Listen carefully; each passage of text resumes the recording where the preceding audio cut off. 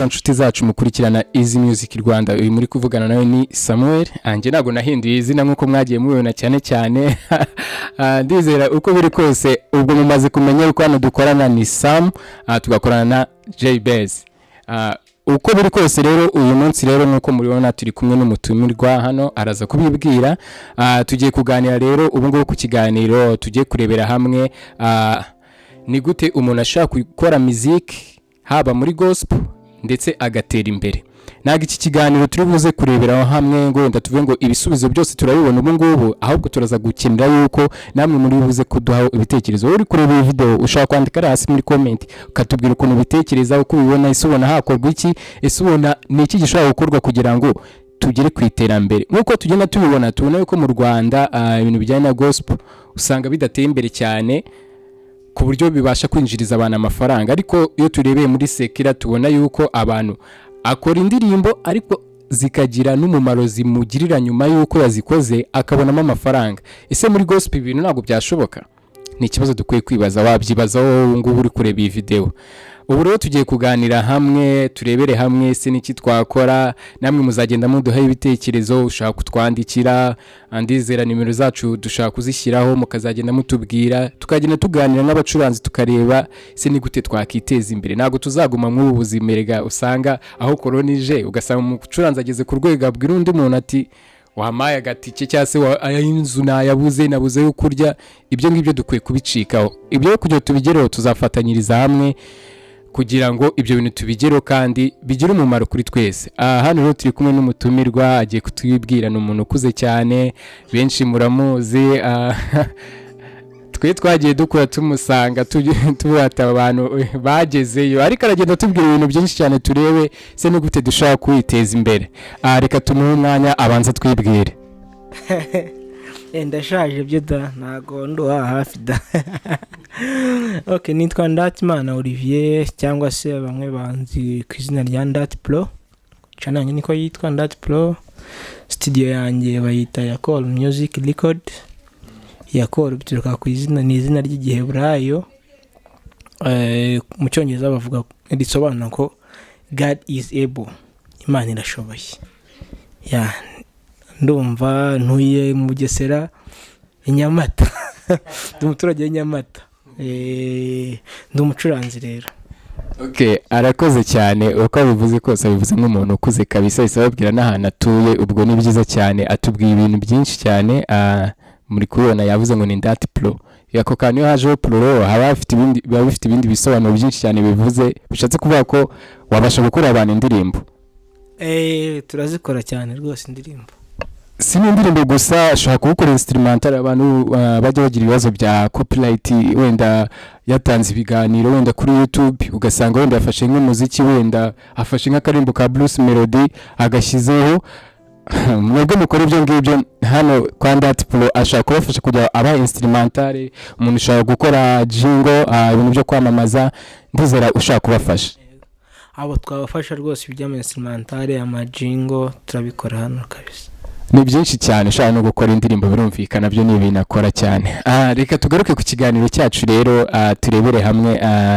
Turifuza ko Ndat Pro yatwibwira akabanza tukabanza tukamenya nindi. Hasebura ubundi ko mbona hano ndi kubona ufite nana ari igipiano kinini, ngiye n'umuntu hagera ni icyawe. Okay, piano ni yanjye. Ndumva we iterambere atangiye kurigeraho, baraza kutubwira ukuntu ibintu bigiye byifashe. Si ubusanzwe wenda uretse no kuba wakora ibintu wenda bya production, ntabwo ugira ibintu byo kwigisha. Harimo abantu bajya dukwicanye nko kuri channel yacu, hari abantu bajya tubwira ati wenda dukeneye kwiga piano, dukeneye kwiga iki, kuko tw'iminsi wenda twakoraga tukigisha abantu acoustic, solo, bass, ugasanga ni ibyo ngibyo turi mu isi Ndat Pro nta kintu bikoraho. Okay, ndigisha na channel yanjye nicyo nayitangije igamije nuko naje guhura na challenge zimwe na zimwe imba mbihagaritse, ariko ndiko nzakomeza kubikora.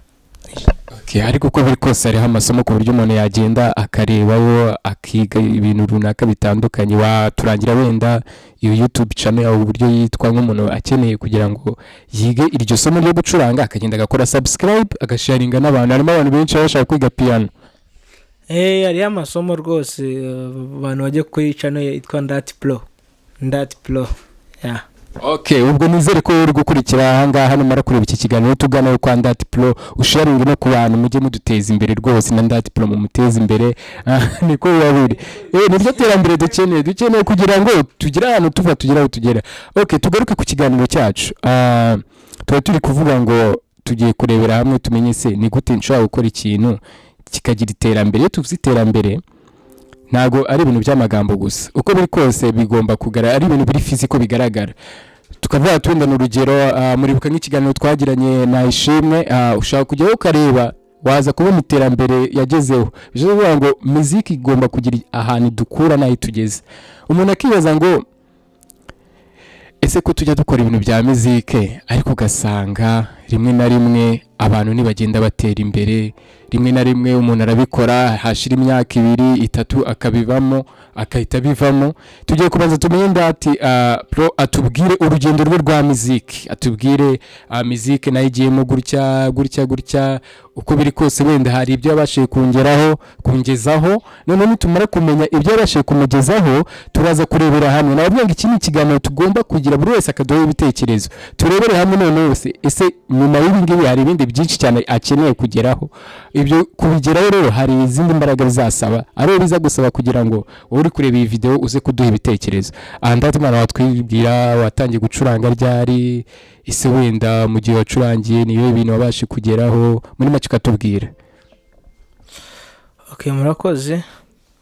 Ngiye nko mwavuze ko ndi mukuru nyine mu gucuranga mu muziki, nshaka ko ndi mukuru ko wenda mu myaka nari mukuru cyane, ariko mu gucuranga natangiye gucuranga mu 2003. Maze imyaka myinshi muri muziki, ni myinshi. Nibwo numva natangiye gucuranga mu rusengero ndi umwana, nubwo ntari mbize nyine, ariko basige baravuga ngo nyine ngo mu myingo ifite rimwe ngo nyine niyobora ngo niko nanjye ntago nari mbize kuri level yo hejuru, cyangwa se yako utwo nari mfite twidufashije muri icyo gihe. Niko natangiye gukomeza ncuranga. Nyuma haza kuza ibintu ngo by'amadiskete byateje akabazo. Nyuma amadiskete nayo narayakoze. Utanyibutse ikintu cya diskete waragakoryo kigeze kumvaho? Ngiye nigeze gusengera diskete yapfuye. Wera abantu bakurikiranye video abantu bigahogo ari abana b'inshuti zanjye witwa Mariko n'undi witwa Edimo, twe bifata umunsi wose dusengera diskete. Ariko Imana ishimwe yakorewe ibintu bya diskete kuko yaratubabaje umuntu umwe navuze izina kugira kubw'umutekano we yigeze gufata suma. Kurabizi ko diskete yabaga ifite ari utuboro tw'utwuma, agufatira suma kimwe hano n'indi hano ku ruhande ashyiraho. Hari indirimbo 10 nziza, hari tipe bita Bugingo muri munaje Deo Gabi yadukoreye nziza cyane, ayishyizeho rero birapfa. Uvuze ukana ka diskete bituma n'ubu ukuntu twakoze amasengesho y'umunsi wose turi kwisengera, ariko wambaza ngo byagenze gute. Twigeze kujya ahantu ubwo none tumaze kwisengera numvaga nizeye ko yakize. Tujya ahantu mu materaniro bahitaga mu Ruvumeri Gahogo, bari mu materaniro ncunga umucuranzi nyine urumva ibintu bya diskete icyo gihe byari bigezweho. Ndabubwira ati ronkira amajyero ni n'umuhanzi uri buze gushima Imana wenda aze kuririmba, ashyizemo diskete. Arambwira ati nagikora numva ikize nyine kiraguye, ayikuyemo rero icikiramo. Icikiyemo rero ubwa bwese bunyica. Ubwo urumva bahise bayisohora bajya kugira ngo bahite bakora kugira ngo nyine bafungura piano yose kugira ngo ibyo bintu bize kugenda neza bayikure mako gace. Urumva uvuze ikintu cya diskete nibuka gukana n'abandi bantu mwese mujye mushima Imana ubwo kuba mu Rwanda ibintu bya live music biri kugenda bitera imbere. Nakari gaciyemo cyane, ariko reka adukomereza tubwire urugendo rwe. Urumva diskete niho yarageze ukuntu byari bimeze. Nakoraga amadiskete nigaga muri primaire icyo gihe mu wa 5 nibwo natangiye gukora amadiskete. muri 2005 arayariye nye twazikoraga no kwazikoraga za senyisa ngo indirimbo ngo 2/5 gusa nabivuyemo nsigaye nkora indirimbo ku mafaranga 5,000 indirimbo imwe ndumva nabyo ni inyungu nyinshi nubwo nyine utavuga ngo hari icyo yubatse etaje ariko nyine hari icyo yarakoze burya no kwiga araguse yaransa postinze mu bihe byo kwiga nkomeje gucuranga njya muri segonderi ariko uko nacurangaga niko nyine kugeza n'isa nibwo bumenyi bugenda bwiyongera mpaka aho nagiye kubona mbona nyine Uwiteka akoze imirimo amaye na studio iyi mureba rero urugendo numva aho ngarukiye ntacyo arakomeza kugenda tubwira uko tugenda tuganira uko biri kose urumva ko Ndatimana hari iterambere yabashije kugeraho nubwo hari irindi ryinshi cyane kuko hari uracyari umusore ndacyari umusore ndacyari ingarago bavugaga ko ukuze cyane nkagira ngo buriya mu kanya ndaza kumva umwana arize gukura muri muzike ngaho mu byo ndacyari muto ntabwo ndi mukuru cyane arakoze cyane uko biri kose dukeneye iterambere rizatuma nitugera no ku rwego rwo kuba twajya kubona tukabona Ndatimana duhaye ka save the date atazahita avanga ibintu ndabiparitse mbivuyemo burundu kuko nicyo kibazo duhura nacyo cyane usanga dukunze muzike turi kuyijyamo turi gukora ariko se ni gute nyuma y'iyo muzike tuzagira iterambere rizatuma dukomeza ibyo bintu aho ngaho rero no dukira tuganire twese turebere hamwe ese icyo kintu twabasha kuzakigeraho ku buryo tubasha gukura kandi muzike tukayikomeza kuko iyo ndebye cyane iyo umuntu akora practice abantu yigiraho iyo turebye hanze tubona abantu b'abasaza nibo twigiraho tukabona bazi gucuranga ugasanga wenda uri gukora practice ukareba wenda ibintu wenda ba Max Mira bagiye bakora ku bantu biga bass urumva usanga n'abantu bakuze bishatse kuvuga ngo ikibazo dufite twebwe ngubu turabitangira ubona ko umuntu afite impano ashaka kugira ahantu agera ariko agahura n'ikibazo bwo kurya kubona wenda ahomba icyo ni ikibazo duhura nacyo ariko dukwiye gutekereza tukarebera hamwe waba uri kureba iyi video ese ni gute iki kintu dushobora kuba twagikora tukagira iterambere ntabwo tubisubiza aka kanya ahubwo ni ibintu tugiye gukora buhoro turebere hamwe kuko ibi ngibi bizatanga contribution kuri music industry hano mu Rwanda ariko twibanze cyane ubu ngubu nkuko twabivuze muri gospel ikintu nshaka kubaza isende Ndati Pro ugenda ukorera abahanzi ubona uburyo bagenda baza wenda bakugana bifuza ko bakorera indirimbo ese nkuko bitekereza ubona nyuma yaho hari uburyo wenda buri economically kuko iyo mvuze economically nuko isi turi kwinjiramo idusaba amafaranga kandi bikuye ko n'ibintu dukora byose dukwiye kurebera hamwe tukavuga ngo ese ibintu nubwo tubikora niyo impact bigira kuri njye uretse kuba namenyekana ariko nyine no kujya wumbeho nyine kujya nunga umuryango nyine kujya nubake ibyo ngibyo byose ni ibintu umuntu akenera nkuko nari ndabaje ubona nk'abahanzi wenda bakugana bakora indirimbo ubona wenda mu buryo bw'amafaranga hari impact bigira kuri bo cyangwa babikora ku bw'umurimo w'Imana gusa kujya birangire gutyo nicyo kibazo gihari muri ibintu bya gospel dukora nkanjye wenda kuri ruhande rwanjye nkora nabo n'abagospel cyane ariko mbona mu by'ukuri umuntu azakoresha indirimbo nta mafaranga ntayafite ubavuga ni ishyaka ry'umurimo w'Imana ariko mu by'ukuri ntabwo byari bikwiriye abantu bari bakwiye nuko nyine bikigoye muri iki gihugu cy'u Rwanda sinzi ko ari mu gihugu cy'u Rwanda cyangwa se ariko si mu gihugu ni mu Rwanda wenda biri cyane twagombye kugira iterambere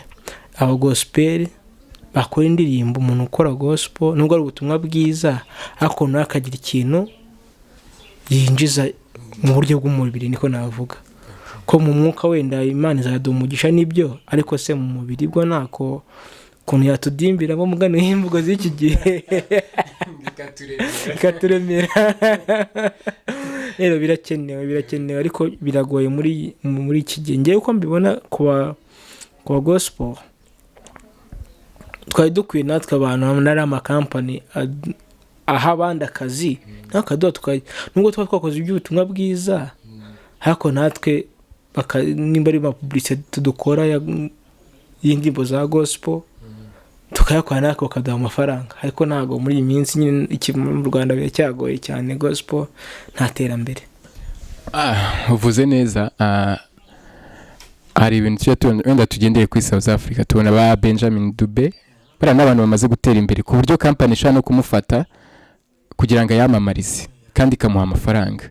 Hari ibyo wenda tugenda tubona tukabona nka ba Debeni tukabona ba Bruce Melody hagize ama institution cyangwa ama company abaha ibiraka kugira ngo abamamarize. Ese muri gospel twibajije ikintu nuko bitashoboka cyari kibazo nuko dukora ahubwo bya bintu byacu tukabikora nkaho kuko nshobora kumva wenda ngize ubu umuhati wo kuva nahimba indirimbo nkaza nkanashaka umuproducer nkandatimana ubikora neza akaza kankorera indirimbo ariko sinekereze nyuma yaho ese ya ndirimbo izamarira iki uretse kuba yahindura igatanga ubutumwa bwiza ariko se ngewe wayikoze niba nari kubona ubushobozi bwazatuma wenda nkora izindi ndirimbo niho uburyo nagakoze kugira ngo iyo ndirimbo imbyariza umusaruro uri economically ariko na nyuma yaho nzabashe gutanga ubundi butumwa. Icyo ntabwo ari ikibazo ngiye kubaza ahubwo ni ikibazo twakibajije twese tukarebera hamwe se kuba dukorera ibintu ni gute dushaka kugira iterambere. Mwaduha ibitekerezo mukatubwira kuko icyo dushaka kwiga ubu ngubu kujya icyo mbere kujya muziki itera imbere ni uko bisaba umuntu bijyamo akaba birimo avango ndi muri ibintu bya muziki nibyo ndimo gusa ariko bikaba bimuha amafaranga yo kubaho. Tuvuge nanjye nta n'urugero nanjye muri business nkajya gucuruza nuko nshaka imibereho nkaba nkatekereza nanjye kuri urwego mva ati wenda okay nzashaka nzagira umugore abana banjye bazabaho bate mwe kubateganyiriza kandi iki nicyo gihe turimo cyo kugira ngo wenda twe ubwacu twiyubake dutekereze kuri future yacu. Rero nk'abantu baba mudukurikiye mwajya muduha ibitekerezo kuko ntago ari ibintu wenda twavanga kanya turabigeraho ni ibintu dukeneye kugira ngo duhurize hamwe turebe se ni gute iryo terambere ryagerwaho. Icyo nicyo muzagenda mudusubiza mutubwira uko mubyumva mutubwira ukuntu mubitekereza ntumwanya tubahaye kugira ngo bitekereze ubu umwanya uvuga ati se ni iki nakora ngiye ku bwanjye kugira ngo wenda gospel itere imbere. Ibyo ni ibintu dukwiye kwibaza. None that bro ari ikindi kibazo dukunda kwibaza nk'abacuranzi cyane cyane muri gospel. Tubona yuko ubundi ngewe kurare rwanjye nzi ko ikintu cya mbere burya ni ugukizwa kuko gukizwa biguha discipline urumva bigatuma uburyo abantu bakubona nyine babona ko uri umuntu uri serious urumva ariko ari ikintu tujya tugira cy'ikibazo wenda utubwira uko nawe ugenda uhura nabyo urumva gituma cyane cyane muri muziki abantu badatera imbere. Kuko niyo turebye n'urugero tuvuga wenda umuntu ashaka kugenda agacurangira Bruce Melody n'urugero akabona amafaranga agacuranga mu studio akabona amafaranga ariko ari ikibazo abantu bajya berekana cyane cyane b'abacuranzi bacuranga mu nsengero ugasanga rimwe na rimwe naterambere bagira kandi ugasanga afasha umwanya tuvuge wenda n'urugero niyo amfasha imyaka 5 yo kwiga ikintu wenda ndatimana urumva yatubwiye muri 2003 ko yacurangaga ni ibintu yatangiye ari primaire bishatse kuvuga ngo mu buzima bwe yarafasha gushyira muri icyo kintu bishatse kuvuga ngo uko bikose namfashe imbaraga ngashyira muri iki kintu mba ngomba gutekereza uburyo cya kintu kizangira umumaro kuko ikintu kimwe maze kubona gukora akazi ushaka amafaranga ntago kaba keza kurusha gukora ikintu ukunze kuko niba ndi muri muzika akaba icyo kintu nkunda iyo mbikoze bya bintu bikambera akazi mbikora neza cyane. Niba uri umuhinzi akaba ari byo ukunda iyo ubikoze bya bintu bigenda neza cyane ubona n'amayide menshi cyane yo kubishyiramo ariko se urabona nkawe ubona hakwiye gukorwa iki ese niya tubona abantu bacuranga kuko abantu barabasuzugura. Hari ikiganiro twagiranye na Rene tubwira ngo amazina bajya babita ugasanga nk'umucancuro umuhashi inshuro nyinshi nuko nguko abantu babafata ariko bitewe nuko tubona yuko nyine ni za mind abantu bafite zo kumva ko abacuranzi nyine barasuzuguritse nta kintu bageraho na abana ibintu baba bakora nyine kandi usanga rimwe na rimwe ibintu bakora ni ibintu byiza cyane binezeza abantu buriya ugiye muri eglise nta muziki irimo uhita wumva utamenya ibintu urimo rero niba watubwiye ngo n'ingurube kugira ngo zikure mu minsi bazikaye bazishakira ka bafura aho hafi bishatse kuvuga ngo niba amatungo ari gukura neza kuko yumvishe muzike no ku bantu human being nyine ku bantu tuvuge wenda abantu bigira umumaro mwinshi cyane ko babasha gutekereza icyambere bishobora kugukiza stress ibintu nk'ibyo watubwira muri make ubona ikibazo gihari ku bacuranzi bacuranga mu maeglise ubona ese ni cyo kibazo ubona bahura nacyo ese ni cyo ubona cyagakozwe kugira ngo kuko dukeneye ko nabo batera imbere ibyo bintu bitekerezaho duhe ukuntu bitekerezaho uko ubibona ese ubona hakorwa iki kuko nawe ucurangamo ndabizi ibibazo nyine wari ibintu umuntu aba afite mu mutima we agenda ahura nabyo watubwira ukuntu icyo kintu gitekerezaho ntabwo gisobanuye neza ariko uko biri kose wumvisha ishusho y'ikintu nshaka kuvuga nkawe rero nka Ndati Pro ubimazemo igihe kuko ndizera uri mu bantu bacuranze hano muri eglise igihe kinini cyane kuko nyine twagiye tukumenya tukiri abana twe tutazi n'ibya muziki biva niyo bijya tuvuga ati mana bano bantu bazabajya ariko tujya dushima Imana ko twabageze iruhande ubu turi kumwe urabona ko ndi kumwe na Pro Ndati tujya tubishimira Imana watubwira muri make icyo kibazo ukuntu bibona ese ubona hagakozwe iki nawe uri kureba iyi video wakabitekerejeho ukatubwira kuko uko biri kose dukeneye iterambere kandi iterambere kugira turigereho tuzashyira hamwe murakoze kuko ikibazo ni cyiza ikintu mbona cyakabakombye kuba gihinduka sibye ko bigoranye cyane ni imyumvire y'abantu iracyari hasi cyane abantu bo mu nsengero bafite imyumvire iri hasi umucuranzi abafite impano ariko arayikorera wenda naguciye mu ijambo gato kuvuga ngo imyumvire wenda hari ukuntu badufata abacuranzi urumva bakumva ko ari abantu wenda basuzuguritse urumva bakumva ko ari abantu badakeneye nibyita kudatera imbere sinzi ukuntu wenda ndi bubivuge urumva so kuvuga wenda ko ari imyumvire yabo iri hasi cyane urumva ni mu rwego rwo kugira ngo wenda nuko badaha agaciro abacuranzi n'ubwo buryo uri kubivugamo mbese ntabwo mvuze ko wenda ari imyumvire yabo iri hasi cyane ni ku rwego rwa muzike sibyo urwego rwa muzike abacuranzi badufata nkaho nyine turi abantu basanzwe umuntu wese yaza akaba umucuranzi ariko biragoye kandi umuntu aba yabivunikiye tuba twatanze amafaranga tujya kwiga nkavuga ati uyu munsi nimba Sama nyigishije akananyigishije ndimo kubona ntarimo gafata neza kandi ngomba kumusigasira ku buryo ki ngomba gafata nkaza nka kwishyura akanyigisha iyo nkwishyura amafaranga imbanje kugashakisha kugira nanjye gukoresha ahandi aho ngiye gukoresha nibataga agaciro nanjye bizanca intege rero abantu bumve ko imyumvire batekereze ku bacuranzi cyane nko mu insengero zikeneye abacuranzi umucuranzi mu rusengero ni wa wundi umara gucuranga yamara gucuranga akigenda twese Imana iguha umugisha ariko se umugisha uragenda urarire ikibazo umugisha Imana niyo itanga umugisha ariko Imana none ikoresha abantu abo bantu rero wacurange cyangwa bakishima nabo bakagombye kukumenya kugomba nawe kuzamura impano bakagwa natwe bajya bavuga ngo ntabwo bakunda kubyita imishahara mu rusengero niko bajya bavuga kuko naho badutanga ku dufaranga dukeya batanga bavuga ko transport aragenda gusa ntazakenera kurya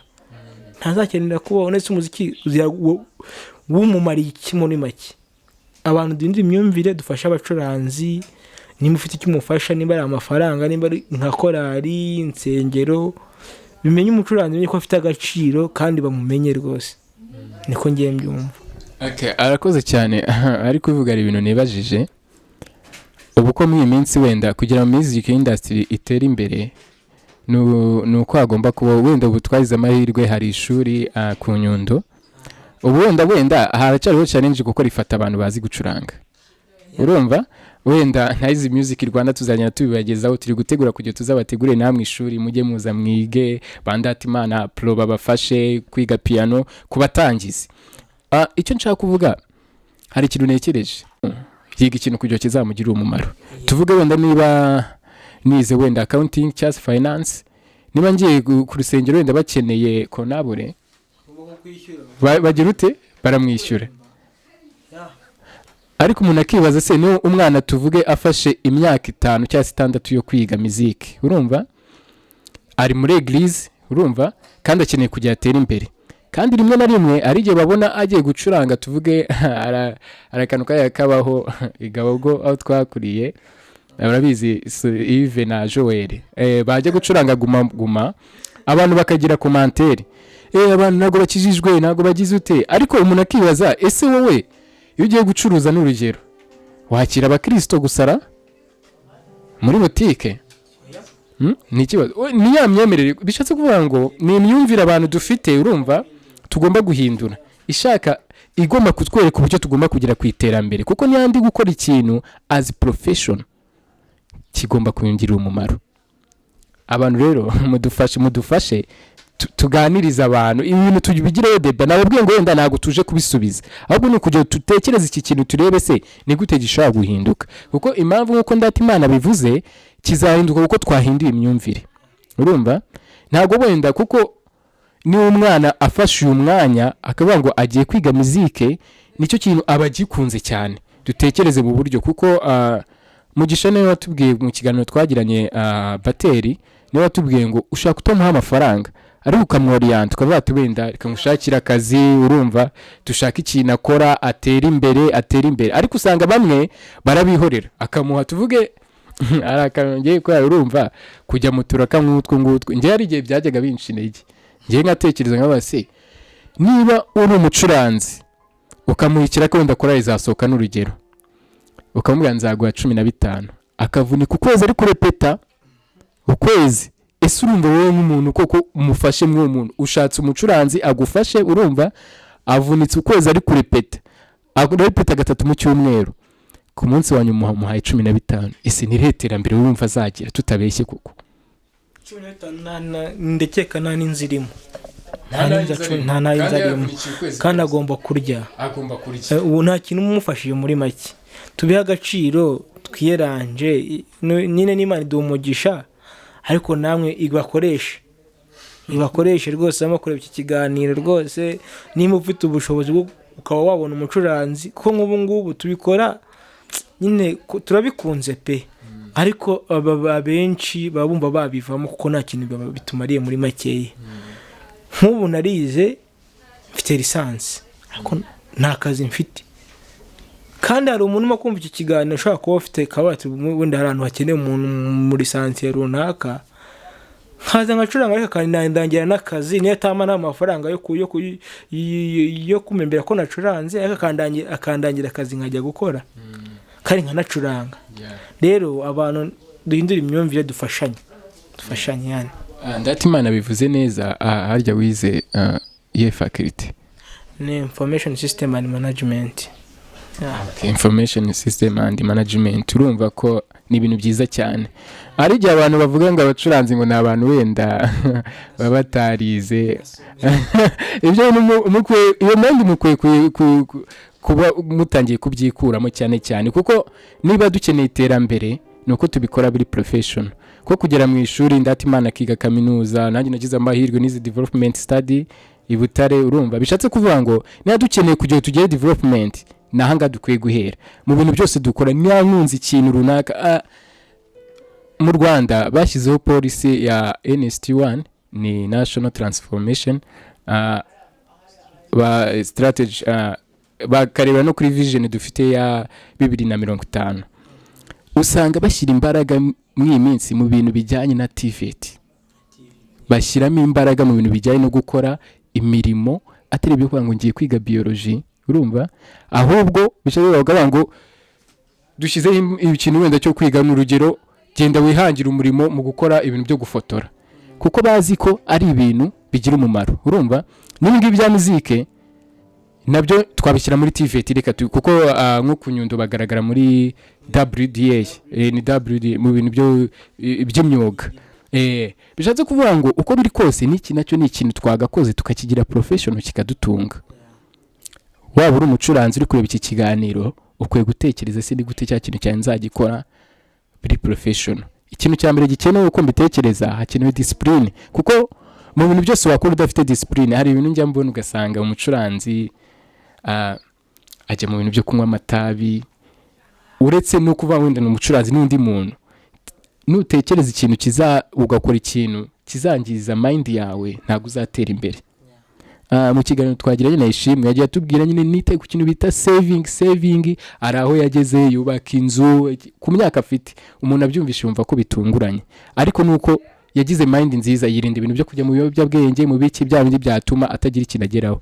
Urumva bishatse kuvuga ngo niya leta iri gushyira imbaraga mu iki kintu cyo kuvuga ngo twihangire imirimo, atari kuba wenda turi kwiga biology turi kwiga iki, bishatse kuvuga ngo iyi muziki nayo iri mu kintu leta iri gushyiramo imbaraga. Ariko nko mu nsengero dukwiye gutekereza uburyo abo bantu tukwiye kubitaho, sibo gusa n'abahanzi. Buriya byari genge nicara nkatekereza nkareba nk'abahanzi bo muri gospel kibaza, ukabona nta terambere bafite, arakora indirimbo aramenyekana ariko economically nta terambere. Bishatse kuvuga ngo icyo dukwiye kwigaho ni ukumenya ngo ni gute bya bintu twebwe ubwacu dushaka kubikora bikatugirira umumaro. Waba uri umuhanzi uri kureba iyi video, waba uri umucuranzi, waba uri muri eglise runaka, tukwiye gushyira hamwe tukarebera hamwe ese ni gute dushaka gukora ikintu cyaduteza imbere. Nkuko nabivuze ntago tubisubiza aka kanya, natwe n'iki kibazo turi kugira ni ibintu turi kwigaho turebe ni gute ibintu twabiteza imbere bikatugira umumaro. Ndumva rero wenda nagiye mu bintu byinshi tujya ku musozo. Iki ni ikiganiro tugiranye na Ndatimana, ariko tugira ngo duhe n'abandi umwanya kugira ngo bagende batuganiriza, baduhe comment, batubwire ukuntu babyumva, barebere hamwe se ni gute twakora kugira ngo dutere imbere. Kuko muzike n'akazi niko mbitekereza, n'akazi aka n'akazi bitandukanye ni karanavuna cyane, kuko nge amajoro bakora umuntu agashfa nk'umucuranzi wa gitari agomba kura acakisha YouTube yagira gute, atanga amafaranga ajya gushakisha aho bamwigisha utuntu dushyashya, level y'iyungu narayirenze nshaka kujya kuri level y'iyungu, biravuna cyane. Abantu rero babiha agaciro kabisa, babiha agaciro, mureke tubifate nkaho ari ibintu bigomba kugira umumaro umuntu umucuranzi. Rero ureba iyi video nugafata umucuranzi nkaho ari umuntu usuzuguritse, nkaho ari umuntu ubona yuko ntacyo azigeza, oya, tukwiye kugira itandukaniro mu mitekerereze rimeze gutyo. Kuko niba dukeneye gutera imbere nuko mwebwe ubwacu ari mwebwe mubaha agaciro, siko biri. Haba muri eglise wikumva ngo umucuranzi niba ari ikintu ukajya gucurangira umuntu muri korali ugasanga wenda aravuze aba n'abahashi n'iki, ari umuntu ugeze kumbwira akajambo kamwe arambwira ati ubundi buriya bazi ko nanditse mu ikayi y'indirimbo mu ikayi nako ya korali, mu ikayi ya korali ntago mbamo. Bishatse kuvuga ngo hari igihe batuma abacuranzi buriya bitwara nabi ariko ari bo babiteye, ugasanga umucuranzi uko mwamufashe nyine mutumye nawe ariko yitwara, ariko ni mubaha agaciro bakabafata nk'abantu nyine okay turi mu kazi so ko umurimo w'Imana utakorwa, ariko niba wenda uzafite amafaranga yo kumuha urumva, ariko mworiyanti ushaka no kumugira inama ukamubwira ati mwana wacu gerageza wenda uze mwibi ngibi, hari opportunities zigenda ziboneka zitandukanye mukabafasha, siko biri. Ushaka kuba ati wenda n'urusengero runaka mushaka no gushyiraho ko ati tugiye gutangiza programme yo kwigisha abantu gucuranga cyangwa kuririmba, ushaka gufata muri babandi uzi w'umucuranzi uko bati tugiye kugushakira ahantu, kuko abacuranzi benshi abafite iyo spirit yo kwigisha, ariko bitewe nuko nta byuma babona byo kwigishirizaho, na ahantu babona, ariko n'urusengero rushaka kubafasha ukabashakira ishuri mu ubwo buryo bakigisha abantu bakabona amafaranga kandi bakabikora babikunze bakabacurangira. Bivuze ngo wenda nubwo utamwishyura amafaranga ariko mugomba kugira ikindi kintu mutekereza bashaka kugira ikishaka kumugira umumaro, ko natera imbere cyambere bizagira impact kuri mwebwe, nicyo kintu cyambere. Urumva rero nkuko twabiganiraga dukeneye kugira tumenye tunarebere hamwe ese ni gute umuntu ashaka gutera imbere, yaba ari umucuranzi. Nubwo wenda tutareba ku mucuranzi, ushaka ko uri n'umuhinzi, ushaka kuba ukora ibindi bintu bitandukanye, ariko ugatekereza ubu bya kintu ushaka kuba wagikora kiri professional kikakugira umumaro, kuko nitugikora iki kintu gifite sustainability tuvuga ngo gifite igihe kirekire nibyo bizatugira umumaro. Kuko Ndatimana ari umupianiste mwiza ugasanga wenda bigiyemo nyuma y'imyaka 3 wenda buvuyemo kuko atabona ubwo bushobozi, ni ya mpano tubuze, kandi yagira contribution ku bandi bana bari kuzamuka bagatera imbere. Rero mwe mwakurikiranye iki kiganiro, twe turi kumwe na Ndati Pro mu mugane. Uko biri kose wenda umuntu wacu ukora editing araza gushakisha uburyo muri handi bajya bashyiraho muri description, ashyiraho na nimero yawe babashe kukubona, ariko ushaka no kuyibabwira ubu ngubu. Nimero yanjye ni 07 83 85 44 88. Ndayisubiramo 07 83 85 44 88. Okay, arakoze cyane mu muremere, niko tujya tubyita mwizi mvugo z'iyi minsi. Ntago twatanira nazo nyine arigiye wisanga nyine bavuga ngo hahiye ngo hadashya se, urumva nyine niyo mpande turi kuganamo. Kandi bishatse kuvuga ngo aho ugannye hose nyine ugomba nawe kugenda uhindura, siko biri se. Mwabyumvishe mu biganiro byashize ko bamwe bagiye bahindura amazina ngo basigaye bahita ba Jerry Base. Urumva ko nyine ni iterambere, ni ya development. Uko biri kose rero turabashimiye mwe mwakurikiranye iki kiganiro. Ntago dutanze ibisubizo, ahubwo tubahaye umwanya kugira namwe mu bitekerezeho, murebe se ni gute twakiteza imbere. Kuri mwanya rero twasuye Ndatimana mu muteza imbere mu mugane kuri nimero yavuze. Ushaka gukora indirimbo nta giciro yashyizeho, murumvikana, ndamuzi cyane, ari abasha kubafasha neza kandi ari simple, yo muganiriye mwabasha kubigeraho. Rero turabashimiye mwe mwakurikiranye iki kiganiro. Utarakora subscribe kuri Easy Music, bikore rwose duteze imbere, ugane kuri Ndati Pro YouTube channel ye, ureba amasomo ya piano ubashe kuyiga, umuteze imbere, ukuri subscribe. Burya njya nkunda kuvuga mu ma video henda najyana nanga ndi kwigisha, avuga ngo ni ugize amahirwe yo kubumenyi naho ubwawe buhereza undi. Ushaka gusharinga ugahereza abantu runaka, ibyo ngibyo ni ibintu nta kintu bisaba. Gusharinga no rukundo, biri simple kabisa. Mukore subscribe, munasharinge muha abantu barabikeneye, ntago biragera kure.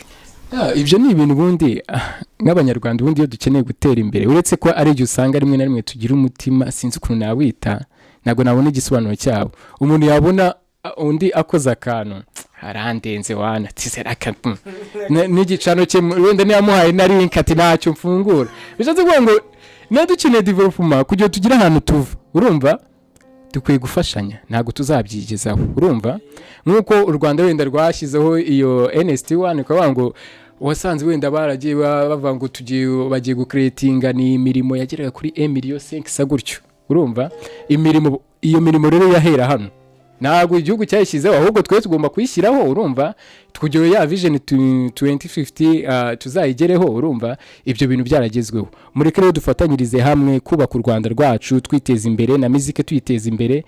Nuko azaguha link nawe ukayifungura ukayihana mugenzi wawe. Mureke tureke kugira ibintu by'ubugugu byo kugira dutezanye imbere, siko nibyo byiza byadufasha kugira ngo tugire ahantu tugera.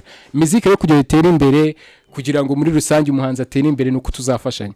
Niba ubonye iyi video nuko urigerageza uyisharinga abantu benshi mu makorari, ugenda ubahereza n'abapasiteri ntibabibagirwe. Abapasiteri na perezida w'amakorari rwose mubibuke neza kabisa, n'abadirije. Urumva nibyo bizagenda bidufasha, dukeneye iterambere. Muri rusange tuzagenda tugera kuri byinshi cyane. Rero mwe mwakurikiranye iyi video turabashimiye. Twe turi kumwe na Ndati Pro mu mugane, mugiraho mu mugeza. Dushimira na Jerry Base wari uri kuri kamera yadufashije cyane, muri kubona ko yabahaye ishusho ryiza cyane. Ibintu babyamuvunnye naga ibintu babyoroshye. Rero mujye muduteza imbere, mugire ahantu mudukura naho mutugeze. Murakoze cyane.